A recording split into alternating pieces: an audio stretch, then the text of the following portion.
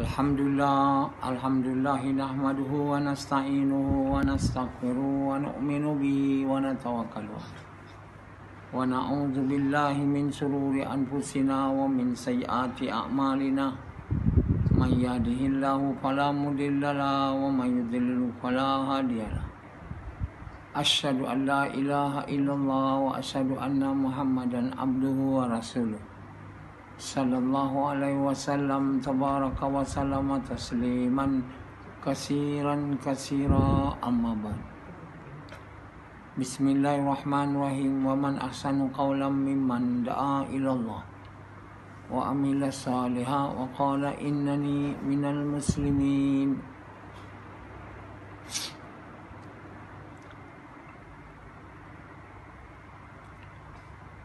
Tuan-tuan, bapa-bapa sekalian,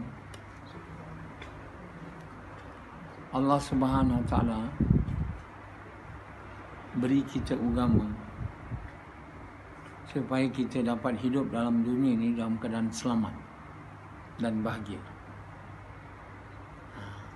Karena Allah tahu bahawa dunia ini adalah kehidupan penuh tipu daya.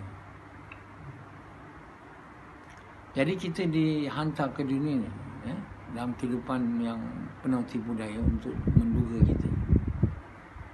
Sama ada kita boleh ditipu oleh apa yang kita lihat, atau kita dapat mengelakkan diri kita daripada ditipu. Mereka yang tak dapat ditipu oleh dunia ni, mereka akan berjaya. Tapi hampir semua manusia yang tertipu, percaya dengan apa yang mereka lihat. Jadi yang kita lihat ni tak betul. Apabila kita mati, kita dah tak dapat lihat dunia ni, yang kita lihat akhirat, waktu tu kita baru tahu yang kita tertipu. Yang apa kita lihat di dunia ni sebenarnya tak betul. Kita betul-betul menyangka dia betul, dan hanya kita tahu dia tak betul bila kita dah mati. Jadi sebab itu diumpamakan hidup di dunia ni macam kita mimpi dalam tidur. Kita mimpi, kita menyangka yang kita mimpi itu betul, tak ada salah. Hanya kita tahu dia mimpi, dia tak betul bila kita jaga, terbangun dari tidur. Oh, kita kata itu hanya mimpi saja. Tapi waktu kita tidur, kita tak tahu itu tipu, mimpi.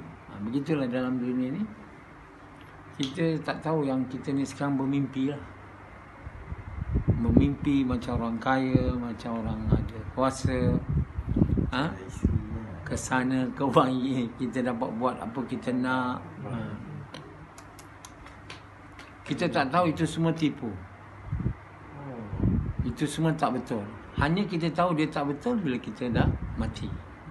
Kita dah tak lihat dunia ni lagi. Oh, rupanya yang betul tu Allah yang berkuasa. Yang betul tu semua azab kubur, azab neraka, syurga, itu betul. Yang kita ada kat dunia dulu, semuanya dah tak ada kat kita. Dah macam hilang. Dah hanya macam mimpi lah. Bila kita bangun, dia hilang. Tak ada. Sekarang semua dah tak ada dah. Yang kita ingat kita kaya tu, dah tak ada dah. Kita dalam kubur, tak ada apa. Jadi sebenar hakikatnya kita tak ada apa. Yang kita ada tu ialah amal yang ikut kita sampai kita mati. Itulah yang ada kat kita. Jadi kalau kita kat dunia ni ditipu dengan apa yang kita lihat ni, kita mimpi aja. Jadi kita tidaklah mengutamakan amal kan. Kita berseronoklah dengan apa yang kita ada. Kita berseronok dengan isteri, anak-anak. Kita cuti je, kita jalan-jalan sana kemari. Tak ada duit sikit, kita pergi luar negeri. kita melihat semua keindahan negeri Jepun, Korea, China, New Zealand. Kita dibuai dengan mimpi. Itu semua nanti tak ada, hilang. Rumah besar kita yang ada, kereta semua, apa yang ada kat semua hilang sekelip mata je bila kita mati. Jadi bila kita mati, semua ni hilang. Semua dah tak ada kat kita. Seperti mana kita bangun tidur, semua yang kita mimpi tadi semua tak ada. Inilah hakikat hidup di dunia ni, tuan. Jadi kalau kita tertipu dengan apa kita lihat, kita berada dalam mimpi. Jadi kita diberitahu dah dia mimpi. Jadi jangan kita percaya. Kekayaan yang kita ada tu bukan kita punya. Tu Allah miliki, Allah pinjam dan beri kita untuk guna sementara. Duga kita sama ada kita guna untuk suka Allah atau kita guna untuk suka hati. Jadi oleh kerana kita anggap duit yang kita ada, harta yang kita ada kita punya, kita pun mulalah guna ikut suka hati. Untuk jalan-jalan, untuk bercuti, untuk buat apa-apa yang tak mendatangkan faedah, datangkan bahaya, atau memuaskan keinginan dia, nafsu, meninggalkan semua perintah Allah. Sebab kita berada dalam mimpi. Jadi yang ada bersama kita, yang benar ada sebenarnya, kita punya, kita miliki, ialah amal kita. Dan semua yang ada pada kita yang bukan amal iman adalah Allah punya. Rumah kita duduk Allah punya, kereta yang kita ada Allah punya. Badan yang ada pun Allah punya juga. Allah kata kau punya amal, itu kau punya. Yang ini semua aku tarik nanti, cabut. Mati saja dah bukan, dah tak ada dengan kau lagi. Yang kau punya aja kau boleh bawa. Jadi yang kita punya ialah kita punya amal. Kita tak nak usaha atas amal kita, yang kita punya. Kita usaha untuk betulkan yang luar pada kita. Rumah, kereta, pakaian, itu kita betulkan. Allah mahu kita gunakan benda tu ikut suka dia. Bukan nak cantikkan dia, nak tambahkan dia, nak baguskan dia. Dia akan hilang. Allah tak perintah itu. Allah perintah kita guna dia ikut suka Allah SWT. Jadi yang kita punya, yang kita miliki, iman. Amal kita lah, iman kita nampak. Amal kita. So amal apa yang kita buat. Jadi bila kita beramal yang baik kat dunia ni, iaitu kita beramal dengan apa yang Allah perintah, dengan cara yang Allah suka, dengan niat nak suka ke Allah, itu kita punya lah. Kita punya yang akan ikut kita mana-mana kita pergi kat dunia ni pun. Kat dunia ni kalau kita pergi mana-mana pun, yang kita bawa itulah yang kita punya. Semua yang lain kita boleh bawa sikit lah, pakaian, duit, tapi rumah tak boleh bawa. Kita boleh bawa, boleh, tak boleh bawa. Jadi sebenarnya kita buat apatah lagi bila kita mati, kita masuk kubur kan, maka yang kita bawa itu amal. Amal tu mau cantik mau ada iman. Kalau tak nak cantik, tak payah ada iman, amal lagi. Macam sekarang orang banyak beramal, bulan puasa ni, banyakkan amal. Semua disuruh banyak amal. Lailatul Qadar lagi, 1000 bulan, banyakkan amal. Kita bukan banyakkan amal, banyakkan amal baik yang sebenarnya. Yang ini selalu lupa nak bagi tahu. Ustaz lupa bagi tahu. Kita bukan banyak amalnya, banyak amal yang diterima, amal baik. Itu yang silap. Memang Lailatul Qadar ada. Kita dapat ke amal 1000 bulan tu? Amal di malam Lailatul Qadar 1000 bulan. Dapat ke? Dapat bila amal tu betul, diterima. Betul tak? Hari ini kita tak usaha supaya amal diterima, dah usaha banyakkan amal. Banyakkan amal setelah amal diterima. Ada faham? Ini tak, terus-terus banyakkan amal. Jadi mengajar macam mengajar tak faham. Mengajar umat ni supaya banyakkan amal. Itu sebenarnya mereka tak faham. Allah SWT bagi tahu, aku jadikan hidup dan mati untuk tahu siapa di antara kamu yang baik-baik amalannya. Wa amila salihah, amal bukan amal dia tu. Wa amila salih. Kalau tahu ilal ladzina amanu wa amilus, tak payah salihah, tak payah. Beriman dan beramal. Betul je. Kalau ustaz-ustaz ni tak faham apa makna amal salih tu. Amal salih tu bukan banyak amal, amal baik. Itu kenapa banyak sangat ceramah seorang banyak beramal. Bulan puasa ni kalau dia orang tahu pahala dia, mereka takkan tinggal walau satu malam. Semayang berjemaah. Semayang jemaah yang mana? Yang diterima tuan. Kenapa ada ayat fawailul lil musallin, celakalah orang yang semayang? Itu tak ada terang pula. Sebab celakalah orang yang semayang untuk dilihat orang, bukan untuk suka kalah. Dia tak terima. Sufyan, kita suruh dia banyak amal aja. Kan? Pahala ni, pahala tu, pahala ni, pahala tu. Sufyan pun gairah lah kira pahala. Semalam Datuk Qadar tu dia banyak amal semayang. Tapi semuanya tak baik punya amal. Buat untuk dilihat orang, buat untuk pahala. Jadi buat beramal untuk pahala ni amal tak baik kan. Allah tak mau amal dibuat untuk dapat pahala. Allah tak mau kita beramal takut api neraka, mau masuk syurga, tak mau. Allah mau kita beramal untuk sukakan dia je. Sufyan dia tak nak usaha supaya betulkan iman dia. Amal dia banyak tapi tak cantik, tak ikhlas. Jadi akhirnya dia masuk neraka je, Sufyan.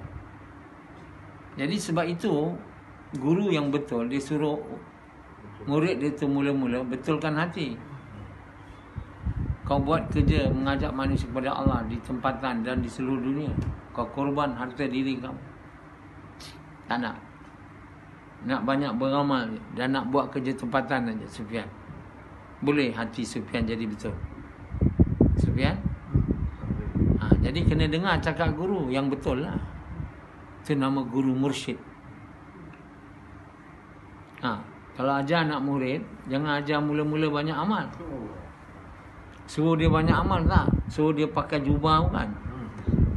Suruh dia janggut, gaya banyak. Mau tukar gaya sekarang? Bukan. Mau betulkan hati. Sebab Nabi SAW bagi tahu ketua manusia tu nak hati dia. Baik hatinya baik manusia. Buruk hatinya buruk manusia, buruk perangainya. Jadi kita kena mengajar umat ni mula-mula betulkan hati. Jangan suruh banyak amal. Tak habis-habis kuliah suruh banyak amal. Bila kuliah dan tunjukkan cara macam mana nak betulkan hati, tak ada. Hanya ceramah banyakkan amal. Ini banyak pahala. Inilah cara mengajar yang tak betul. Umat ni tak akan berjaya kalau amal dia tak betul. Yang dibawa ke dalam kubur tu semua tak betul. Takkan boleh jadi taman syurga kubur dia. Nah, orang yang banyak amal ni kalau dia dah macam jemu ke, dia dah tak bersemangat ke, dia hilang amal tu. Macam Azri, dia banyakkan amal dia kan. Bila dia balik-baling, dia dah tukar. Dia dah tak semangat dah. Nak jadi orang biasa, banyak harta pula. Banyak amal dia kata dah fed up. Kenapa dia fed up? Sebab dia tak faham. Dia hanya banyak amal, tidak membetulkan amal. Untuk membetulkan amal, kena betul hati, iaitu betul iman. Amal tak boleh betul kalau hati tak betul. Ini bukan cakap ni, ini sahih. Hati tak betul, amal tidak akan jadi betul. Sebab itu usaha awal Mula-mula saya masuk Islam. Setelah mengucap. Mula-mula sekali. Setelah mengucap, usaha pertama, betulkan hati supaya kalimah yang diucap untuk betul hati, masuk dalam hati. Ini tak dibuat, tak payahlah. Buat usaha banyakkan amal. Amal tu tak diterima. Jadi dalam usaha agama yang ialah so banyak keluar banyak masa, banyak amal. 4 bulan 40 hari. Yalah, tentu banyak amal lah. Sebab apa? Kalau orang bekerja, mana nak banyak amal? Kalau dah cuti, keluar 4 bulan duduk masjid aja, apa dapat buat? Banyak amal. Jadi banyak amal rasa macam bagus. 3 kali jalan kaki Serasidi 4 bulan. Jadi banyak amal lah kan. Tapi amal tu diterima tak? Terima tak? Tak terima. Mana kau tahu tak terima? Kesan dia sekarang kau tak jadi apa? Kalau amalan dia diterima 3 kali 4 bulan, dia tak macam sekarang. Sebab tak diterima lah dia jadi macam sekarang. Tanda dia tak diterima amalan dia tu, yang dia banyak amal. Sekarang apa jadi dia? Kalau dia punya 3 kali 4 bulan diterima, dia tak macam ni. Sekarang dia ada janggut aja dengan jubah, lain tak ada. Amal semua tak ada, khusyuk semayang tak ada. Takkanlah 3 kali 4 bulan kalau amal diterima dia tak dapat khusyuk. Jadi hari ni bukan mula-mula keluar 4 bulan, mula buat usaha tempatan tu. Dengan susah payah, korban. Kemudian keluar. Sufian tak nak.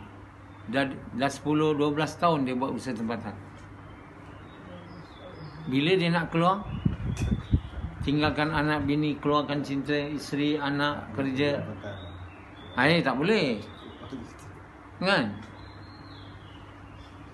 Jadi kerja tempatan tu ajar dia macam nak bercakap, macam mana nak buat usaha, macam mana nak menahan marah. Itu dapat dekat itu sangat penting. Watawasa bis sabr, watawasa bil haq, watawasa bis sabr. Berpesan dengan sabar, balas buruk dengan baik. Itu dapat dari kerja tempatan. Kalau di luar ni tak ada orang marah sangat. Kerja tempatan tu. Itu watawasa bil haq, watawasa bis sabr. Lepas tu baru keluar pula, nak keluarkan cinta dunia hati, cinta isteri, cinta anak, cinta kerja. Ini tak dibuat, mana cinta tu, cinta anak bini mau hilang. Cinta diri lah tu. Watawasa bis sabr ni, balas buruk dengan baik ni, nak mengeluarkan cinta diri, iaitu maruah diri, harga diri. Ini harga diri ni. Saya tak mau. Saya kalau orang marah saya, pantang, saya mesti marah balik. Maruah saya mau jaga. Tak boleh. Tu maruah mesti dikorbankan. Balas buruk dengan baik. Jadi ini semua kena dibuat. Tak ada orang tak ada orang boleh amal dia betul kalau hati dia tak betul. Jadi sebab itulah apa yang dibuat oleh orang Islam hari ni, sejak lama, bukan hari ni, semua tak betul. Sebab usaha hati tak dibuat. Banyak amal, ceramah sana sini, amal semua hampir-hampir buang masa. Banyak amal tak diterima. Jadi bila amal tak diterima ni, kesan dia kita tak jadi orang yang diterima oleh Allah lah. Amal tak diterima, doa tak diterima, diri tak diterima sebagai kekasih Allah. Tak diterima. Apa nak diterima sebagai kasih Allah ni? Amal tak diterima, tak boleh jadi kasih Allah, tuan. Amal diterima, jadi kasih Allah. Doa diterima. Ini nama kabuliat namanya. Penerimaan. Penerimaan ni penerimaan diri kita ni sebagai kekasih dia, sebagai hamba dia. Ya tak? Bermula dengan penerimaan amal kita lah. Ini salat pun tak diterima. Macam Hanzalah. Tiap kali lepas semayang saya tanya, semayang khusyuk tak? Tak. Tak apalah, dia 23 tahun sekarang. Mungkin dia dapat diterima umur 43 tahun. Tapi lama tu 23 sampai 43. Kalau sahabat dulu tak selama macam tu, 10 tahun. Jangan dah jadi orang yang diterima, salat diterima. Doa diterima. Bukanlah semua sahabat. Yang di Mekah. Allah turunkan mereka perintah semayang tahun ke-10. Kenapa Allah turun perintah tu? Sebab mereka dah dapat iman tahap yang Allah mahu. Yang mana dengan dia tunaikan semayang, semayang tu betul, diterima, kabul. Takkan Allah bagi perintah semayang kalau tak kabul, saja bagi semayang, tak khusyuk. Macam bagi pada kamu sekarang. Jadi sahabat masa tu kalau dia kata kenapa 50 tak terima, 50 pun kami sedia. Tengok macam mana dia punya tahap iman waktu tu. Macam mana dia dapat tu? Dengan dia korbankan harga diri dia. Dia buat usaha di tempatan dia, dengan orang yang kenal dia, yang maki dia, caci dia, yang kadang takut. Dan sebahagiannya Allah buat dipukul, dicemeti macam Bilal dan sahabat yang hamba yang lain. Mereka tak ada harta, mereka tak ada anak, mereka apa pun tak ada. Hanya ada tuan dia orang. Allah buat tuan dia tu pukul dia. Mana dia nak pergi lagi? Memang mereka pergi pada Allah je lah. Dulu tuan dia tu ada, sekarang tuan tu pun marah dia. Apa dia ada lagi? Dia ada Allah. Jadi Allah masuk dalam hati dia. Masuk ke dalam betul. Dah tak ada apa dah. Dulu ada tuan dia tu, sekarang tuan pukul dia. Apa dia ada lagi? Tak ada apa dalam hati. Yang masuk Allah. Sebab dia dakwah tiada Tuhan melainkan Allah. Allah kata Bilal. Jadi itu sebab Allah buat tu. Allah bukan mau kesian sahabat. Allah tak ada buat benda yang tak menguntungkan tuan. Kata sahabat, Allah buat, Allah pukul kami, Allah gunakan tuan kami pukul kami. Untuk apa? Untuk Allah masuk dalam hati dia. Tak? Semuanya dipukul. Jadi Abu Bakar adalah satu orang yang tinggi dan kedudukan, terpaksa rendahkan diri dia. Orang marah dia diam. Mana dia nak menyemarakkan harga diri dia? Dia tak ada. Dia jadi tak ada apa. Orang bodoh pun boleh marah dia. Dia diam. Kita kalau kita diam, orang bodoh marah, mana harga diri nak tambah? Mesti turun lah. Saya ini, saya itu semua hilang. Bila itu hilang, baru Allah boleh masuk. Tapi kalau tak buat gas, tak jumpa, tak ada lah. Tak ada buat kerja tempatan, tak ada jumpa kita punya orang yang kita tak suka, orang yang suka, orang yang garang, orang yang tak garang. Saya tu kena jumpa semua orang, bukan jumpa pilih-pilih orang. Tak habis-habis khususi gas. Khususi gas ini ialah untuk mengelakkan jumpa orang yang kita tak suka. Jadi kerja tempatan ni tak boleh buat dengan jumpa orang tak suka, orang yang kita suka je. Kita tak jadi orang. Allah nak buat kita jadi. Jadi kita kena buat kerja tempatan secara umumi. Kita tak boleh miss mana rumah yang orang yang kita suka atau orang tak suka, orang yang garang atau orang yang tak garang. Kalau kita mau jadi, hati kita mau jadi, mau ada Allah kan? Kita takut Allah je, kita takut. Kita tak akan lawan siapa yang buat buruk bagi kita.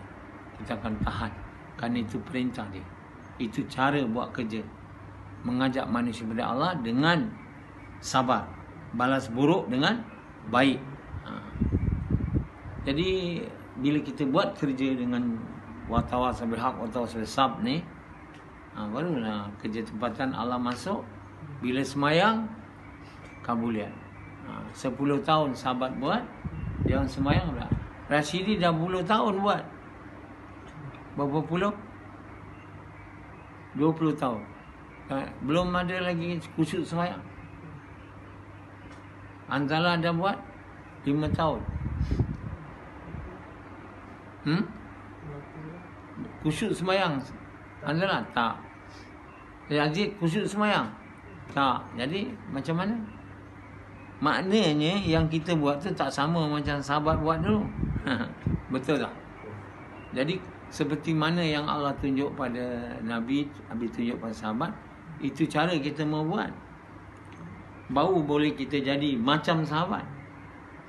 Kalau kita downgrade kan cara kerja tu kepada grade kita, selamanya kita tak jadi. Kita tak boleh downgrade dia. Kita kena beri buat seperti mana. Kalau maknanya Allah buat siapa marah kita, kita boleh marah dia baik, kita diam. Buat baik kat dia kalau boleh. Baru harga diri hilang. Saya doktor, saya jurutera, saya orang besar tu semua hilang. Tinggal saya tak ada apa. Bila tak ada apa, lepas tu datang cinta dunia. Tinggalkan, keluar jalan Allah. Tinggalkan kerja dunia. Baru belanja harta yang kita sayang untuk kerja ni. Barulah hilang cinta dunia, hilang cinta diri, masuk Allah. Bila masuk Allah ke tahap yang Allah mahu, jadi tuan yang mulia, kita punya solat, kita ingat Allah. Kita berdiri seumpama menghadap Allah. Ataupun Allah melihat kita. Kita ingat semua apa yang kita baca. Kita tahu dan kita faham apa kita baca. Sebab apa? Syaitan semua dah tak boleh ganggu kita. Kenapa syaitan tak boleh ganggu kita? Sebab kita dah jadi orang yang tidak mempersekutukan Allah.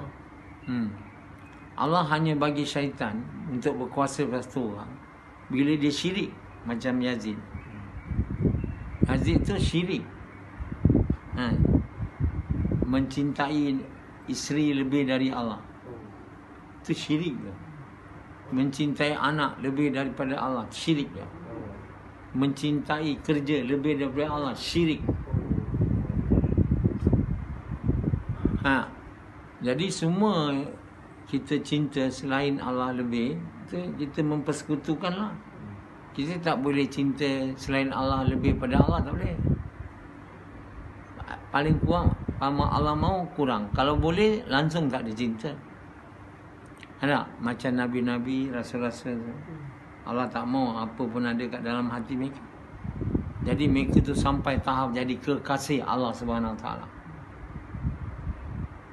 Jadi kita hari ini tak mau membuatkan Allah tu lebih kita cintai. Sepatutnya la ilaha illallah, tiada yang aku cinta, bukan tiada yang lebih aku cinta dari kamu. Yang betulnya tiada yang aku cinta. Tiada, langsung tiada. Apa pun tak ada. Kalau kita sampai tahap tu, kita punya iman boleh tak ada batasnya, naik. Jadi tentulah bila kita semayang, syaitan tak kacau kita. Apa kita baca kita boleh ingat. Baiklah. Kenapa hari ni kita tak boleh ingat apa kita baca? Saya tanya 2 rakaat subuh, bukannya lama. Baca satu surah, lepas tu bangun satu surah lagi, lepas tu habis. Dalam 2 rakaat tu tak boleh ingat Allah. Azri tak boleh ingat Allah. Nampak gaya macam wali,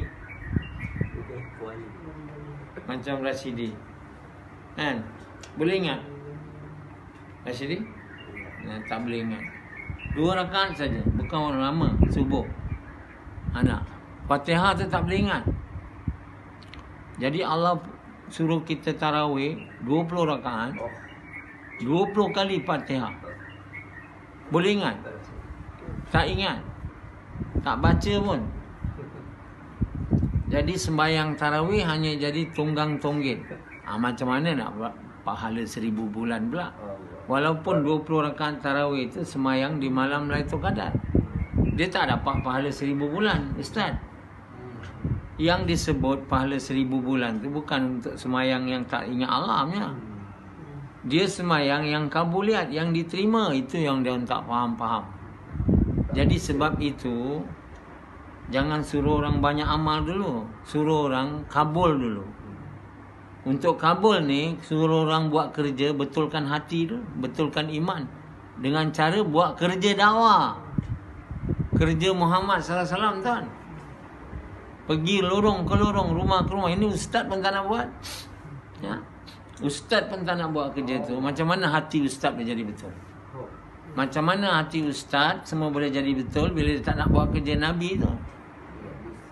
Ajak orang bukan Islam ucap kalimah, pergi rumah dia. Kalau rumah dia tak ada, rumah sebelah, rumah orang Islam, ajak dia buat kerja, mengajak manusia kepada kebaikan, mencegah kemungkaran. Dengan lemah lembut. Dia tengking, kita diam. Jangan lawan. Itu paling kurang. Cakap saya tak ada apa. Jangan jadi macam Rasidi hang tahu apa. Tengking pula orang tu lagi. Baru sekarang dia nak belajar, sabar, masa dah lewat dah. Dia zaman dulu tu, zaman yang mana banyak orang tak suka dakwah ni. Sekarang dah banyak dia orang dah fed up yang biar. Dulu tu yang marah tu, itu masa dia. Jadi orang-orang yang awal-awal buat usaha ni, dia orang banyak dapat dugaan tu. Banyak kena marah, kena tengking.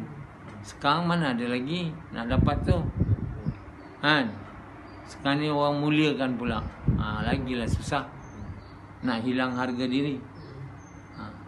Jadi tuan-tuan bapak sekalian, Allah SWT bagi kita kerja, mengajak manusia kepada kebaikan, mengajak manusia kepada kebaikan, mencegah kemungkaran, dan mengajak manusia buat kerja, mengajak kepada Allah, mengajak manusia kepada Allah. Ini usaha untuk betulkan hati dengan syarat dia dibuat dengan cara Muhammad SAW, dengan niat nak buat Allah suka, bukan dengan cara kita, dengan bagi kuliah saja tak. Kita kata kita bagi kuliah sana, masjid sini, masjid sana. Oh, saya pun dakwah juga. Dakwah ni banyak cara. Bukan cara Nabi saja, cara saya pun boleh. Mana boleh macam tu tuan. Cara Nabi bukan cara Nabi macam awak je. Cara saya pun boleh. Itu tak boleh.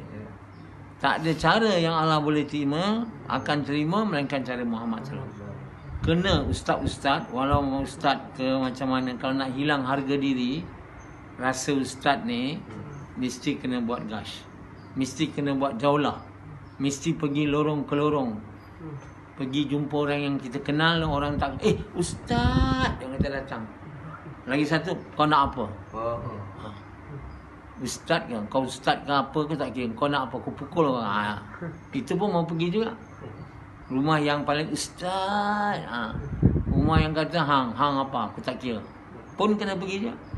Jadi bila kita berbuat usaha mengajak kepada kebaikan ni dengan cara Nabi SAW, dan kita buat tu dengan niat nak sukakan Allah, sehingga Allah suka, dan bila Allah suka, maka Allah hadiahkan kita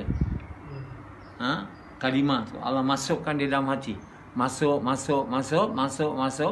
sampailah dia naik. Tapi kalau dalam hati itu masih ada harga diri, masih ada cinta itu, kita tak sedia nak. Ni macam satu orang dah tinggal 6 bulan pun tak boleh hilang lagi cinta bini. Maka cara nak hilangkan dia satu je lagi tinggal, ceraikan bini. Pun tak nak buat, maka tak boleh lah. Jadi kita, tuan-tuan yang mulia, bila kalimah la ilaha illallah masuk dalam hati kita, ke dalamnya, sangat dalam, sangat tinggi, ikhlas kita jadi sangat tinggi, ihsan kita tinggi, ihtisab kita tinggi, amal kita tinggi, nilai dia. Jadi kita bertambah-tambah kabuliat, bertambah-tambah diterima. Doa kita bertambah-tambah diterima. Kalau dulu nak angkat tangan je, ni tak ada. Cakap kita pun Allah anggap dah doa. Kita cakap je dah boleh dapat dah. Belum minta betul-betul. Itu Allah SWT kekasih dia. Kekasih dia ni Allah SWT dalam dunia akan Allah nak sukakan dia. Dalam dunia Allah akan buat dia suka, dia gembira, dan di akhirat Allah akan buat dia gembira. Mati dia Allah buat gembira, kubur dia Allah buat dia gembira selama-lamanya. Jadi kalau kita dapat Allah, tuan yang mulia, kita dapat segalanya. Jadi sebab itu maksud hidup kita bukan lain, bukan jadi kaya, bukan jadi kekasih sesiapa. Maksud hidup kita adalah sebelum kita mati, kita mau jadi kekasih Allah. Supaya kita mati dalam keadaan Allah sukalah jemput, Allah sukalah sebab kita datang kepada dia, kekasih dia. Bukan dia saja suka, malaikat semua suka. Sebab kekasih Allah telah datang. Takkan pula malaikat semua tak tunggu. Tapi kalau kita bukan kekasih Allah, maka meranalah hidup di dunia, masa mati, masa kubur, seterusnya. InsyaAllah guys.